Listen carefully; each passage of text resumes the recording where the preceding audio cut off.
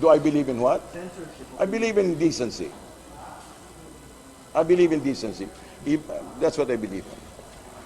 So, if decency would entail regulating us, would you even consider that, regulating the media? We're getting into policy, and that's not my expertise. Okay, we're getting into that's not my expertise. I'm simply here to be able to verbalize his intentions. To tell you that I'm here to verbalize his intentions. I do not have yet any specific guidelines. No, nothing to report. So nothing of that sort. Sir, just for the record, maybe you know who is Ernie Abella before joining the Duterte administration, sino po ba yun? Ano ba ako? Basically, I'm a president of a secondary school. I'm also, what do you call it? I'm also the founder of a credit cooperative. And before that, I was a social entrepreneur. I was involved in producing organic foliar fertilizer. Before that, I was a pastor. Before that, I was a instructor at the Ateneo. And before that, I was in advertising for 5 years. Maybe know what religions are you? Basically, I suppose you would call, I'm non-religious. I'm spiritual, but non-religious. What sort of what religion? Like I said, I'm spiritual, but not religious. I do not have any profession. I'm no longer a professional minister. I left the professional ministry about 2002. Pero galing kayong Ateneo? Ano po? Galing kayo ng Ateneo? Galing po ako ng Ateneo. Nag-abot kayo ni Digo? Hindi po. Mas matanda siya ng konti sa akin. I mean, he's more senior than I am. Are you friends with the president prior to joining his employer? Well, in Davao, it's a very small society. You know, you tend to be good acquaintances. So when you said you did it on his own, itong social media, fanboy ka, did you have anything to do doon sa mga, kasi sobrang lakas ng social media noon yung kampanya. Po. May positive, may negative. So where were you there? I wasn't part of the organized team. I was not part of any of the media warriors, so to speak. I was not part of that. I was simply a citizen voicing my own opinions. And full disclosure, in 1996, I was kidnapped. And Mr. Duterte, I mean the president, was very instrumental in helping set me free. Well, bandits, ethnic bandits. 24 hours. Short but traumatic. Dito po sa Davao. Ano po? We were looking for a piece of property. Naghahanap kami ng 96. Excuse me. In Davao. Are you familiar with Monterits? Behind Monterits. There was no Monterits then. Money, ransom. No. Board and lodging. Come again? Well, how do you put it? The kidnappers had told my companions that they were not supposed to go to the police. But somebody suggested that they go to the mayor, and the mayor was very decisive. He asked for I believe during that, as far as I know, the presence of the MNLF was very strong here during that particular time, and he asked for their captains, so to speak, and he informed them that for them to do all that they could so that I would be restored. You were still a pastor then? I was still a pastor then. What particular group was that? It was a ecumenical group. It's ecumenical, charismatic. Were chapters there from the MNLF? They claim to be MI. But I believe, they were ethnic, meaning to say they were not lowlanders. They were part of the 13 tribes, Mindanao tribes, and that's what they claim to be. They claim that they were political, but actually they were just bandits, basically bandits.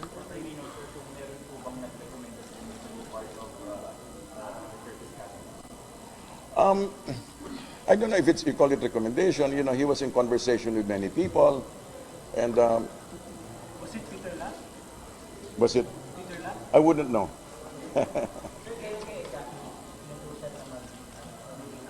Mag? Siya, kagabi. Kagabi rin. Hindi po. But I know of him, he's a very popular man. As far as I know, I don't know. I think they've gone on.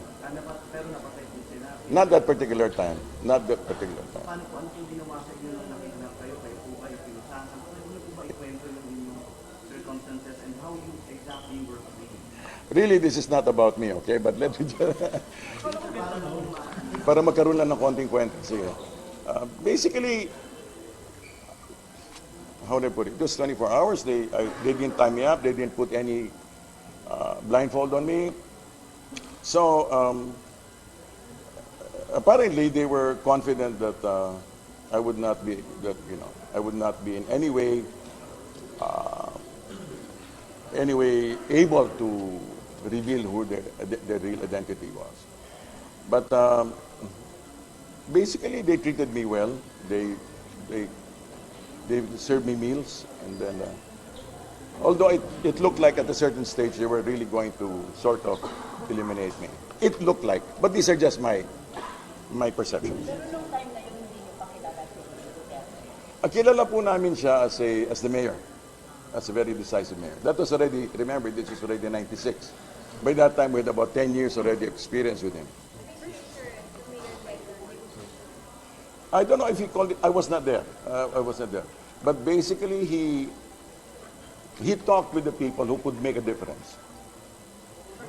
It's possible, sir, that that same incident kidnapping, now you are under the administration of you were kidnapped while you were still a private citizen. Now, will there be any possibility that kidnapping again be done to you now? You are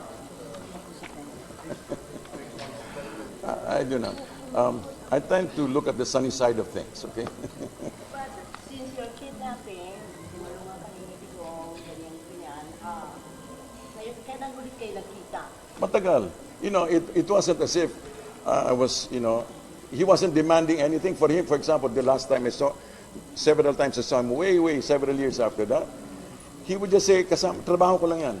It's no big deal. It's not, for him, it was no big deal.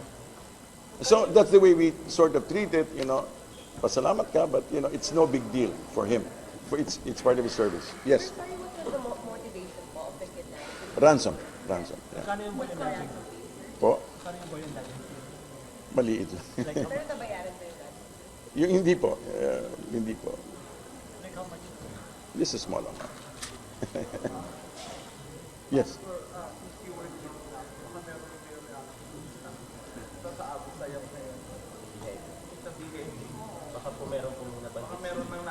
Wala po siyang nababagi. Wala po kami napag-uusapan. Kidnappings? Well, yeah. My personal thoughts about that. I'm really not privy about this particular event. There have been so many events in the news lately, but kidnapping and beheadings are always gruesome things and should not be, and should be.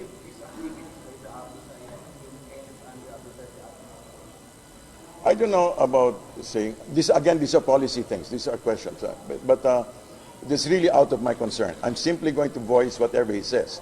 But I look forward to a more peaceful nation. Yes, definitely yes. I don't know about the word eliminating, but definitely reducing the amount of activities similar to yeah. I don't know about referring to the strength, but since the president is a very strategic thinker, I'm sure he will be able to do something or a series of actions that will drastically reduce similar activities.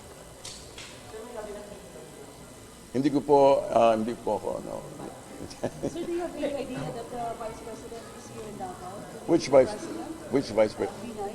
Ah, really? Can you confirm that? I cannot confirm that. You're the first person to tell me that.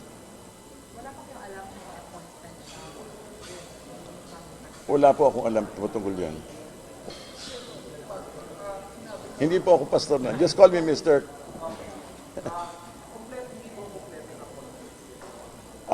As far as I'm not really sure now. I do not, I cannot, you cannot quote me on that. I'm not sure. Yes. Come again? Any plans of having another deputy spokesperson aside from Apparently there's a need for another one. Apparently there's a need for another. And I think that's the standard operation. You usually have about 2 or 3.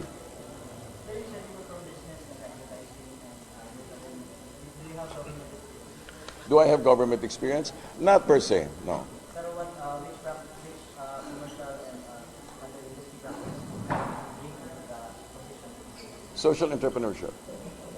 How is that Well, it's, you asked me if I had any interest, and that's what I'm saying. If I have any interest, it's not business out and out, but I tend to what do you call it? I tend to be inclined towards social entrepreneurship. Something that will really help. Are you familiar with social entrepreneurship? So what's your position on that? I don't have any positions regarding that. I mean, not officially. And that is a policy decision, and I'm not. You know, it's best that I do not comment on those things. Yung kampanya po ba, ano exactly yung ginawa niyo sa social media? Kayo po as individually. How did I help? I posted articles in FB, you know, and some of them were shared, and eventually some got really shared, you know. There was one particular post that hit several thousand shares, but it's all basically that. Basically, Talaga, sir, yung social media sa inyong bilang spokesman. based on experience, social media is very powerful. It's powerful both ways. It's a very neutral thing. It's powerful both negatively or positively.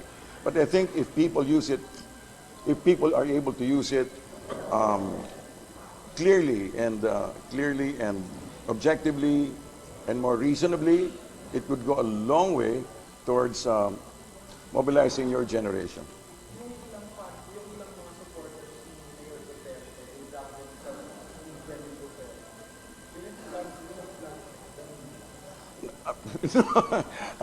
No such thing, I don't think.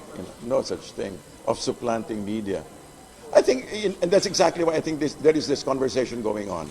I mean, as far as I'm concerned, that's how I approach the whole thing. That we just encourage a conversation to be as open as possible without being combative. Sir, you are rather less aggressive now under the administration compared to other partners are saying that the spokesperson not only is very aggressive, sometimes it is very abrupt in talking to the media. You will see now that you are the softer spokesperson.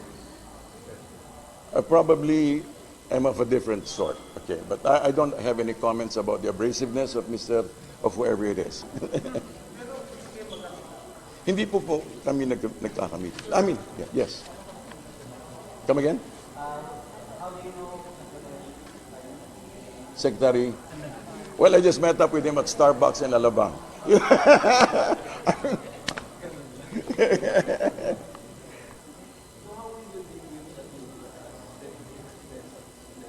Something like this. I mean, I don't even call this a press con. I call this a meetup, right?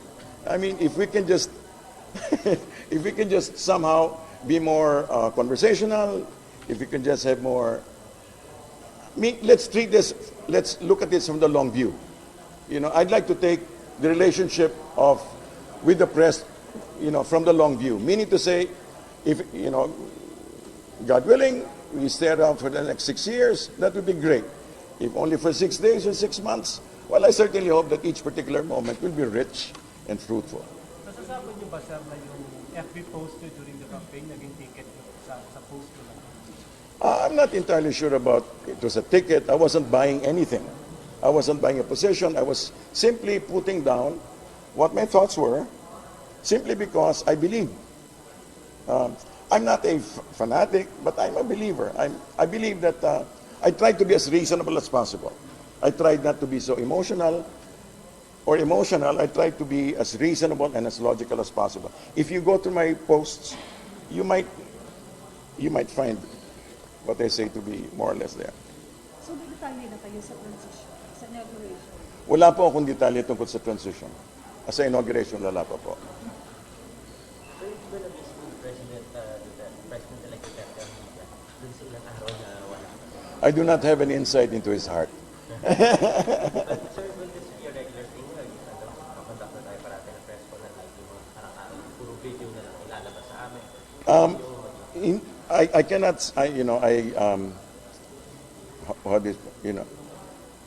I cannot say so. It all depends on what happens in the next several days. But basically, the president also wants to have his intentions known. What?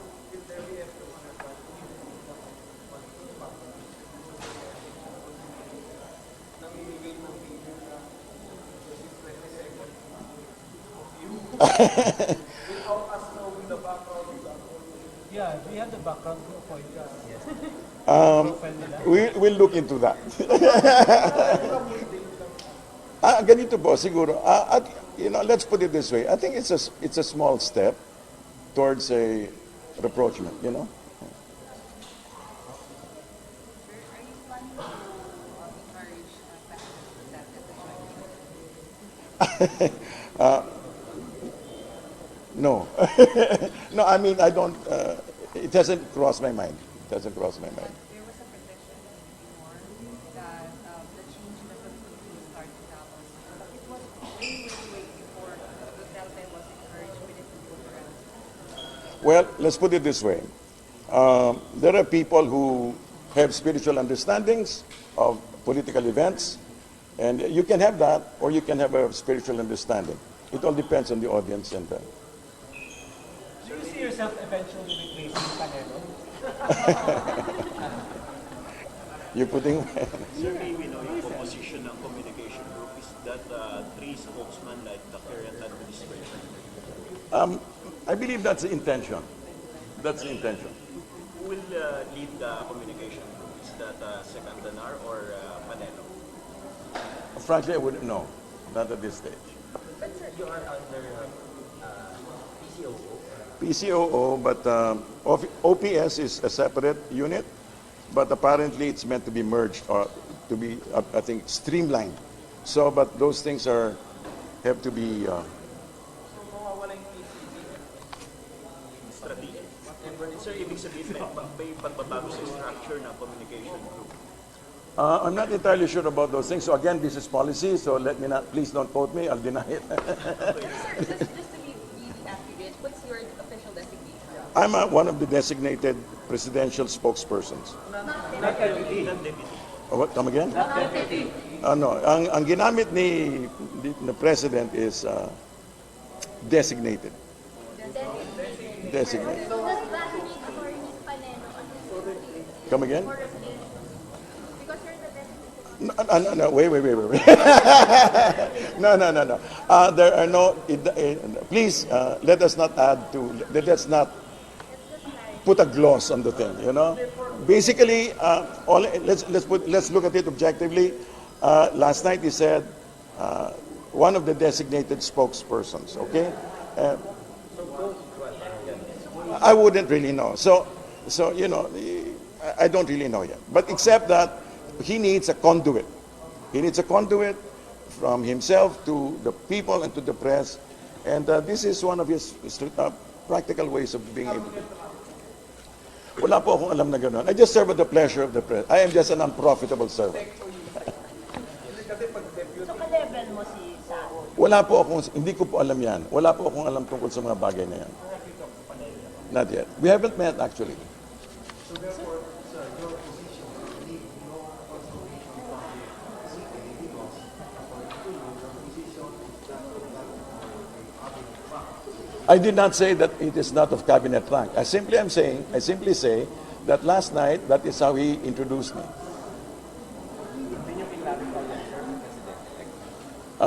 There were too many things going on. So, ano sasabihin namin? Designated presidential spokesman? One. One of the. One of these. Aside from Panelo. Ano po? Hindi ko po, please, I'm not specifying, I'm not including any names or excluding any names. I'm simply saying that as introduced last night, I am one of the designated presidential spokesmen. So you were there the meeting yesterday night. Ano po yung pag-usapan? There were many meetings last night, so I was only there for the, what do you call it? For the announcement.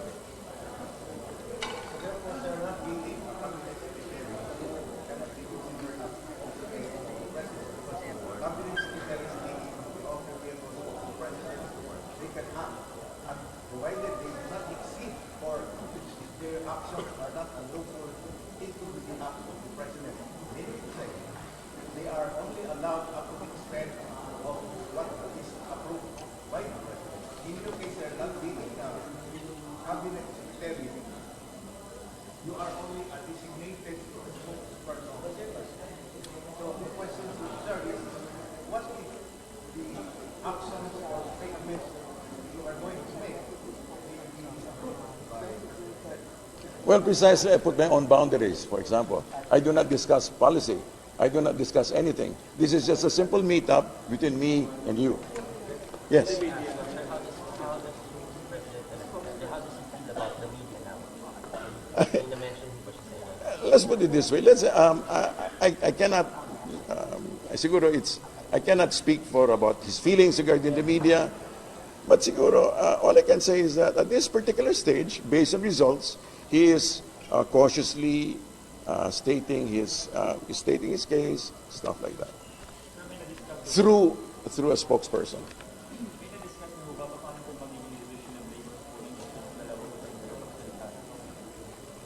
Wala pa yan. We haven't sat down on those things.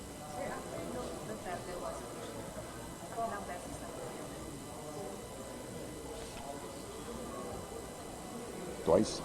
Well, yung first dapat yung sa Legazpi Suites na dumating yung mga media. Okay, yeah. So, if anything else? Wala naman siguro, there's not much. Pero wala pang sinasabi na meron cabinet meeting bukas dito o sa Manila. Wala po akong I cannot tell you that. I cannot confirm that to you. Bakit may lumalabas na balitang ganun? Hindi ko rin po alam. Dapat alam nyo kung lilipat kayo or stay lang kayo dito. Hindi ba? I'm just a designated spokesperson. Designated spokesperson. Okay. But aside from that, thank you very much. You. Punta kayong Manila.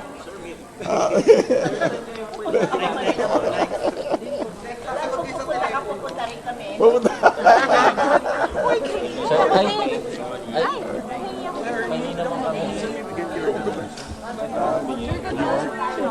Number 0922-871. Ay, wag muna, that's my personal number. Until I get my own. I will publish my number. How can we contact you, sir? Matanong namin kayo bisa kung magiging sir. Sir, how can we contact you? I mean, we can't interview the president. Ganito na lang.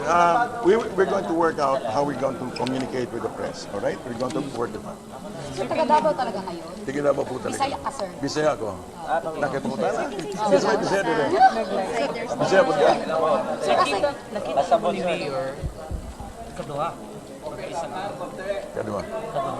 So mo itong pag-appoint sa imo ha? Ano sa? first din yung makita ni Mayor.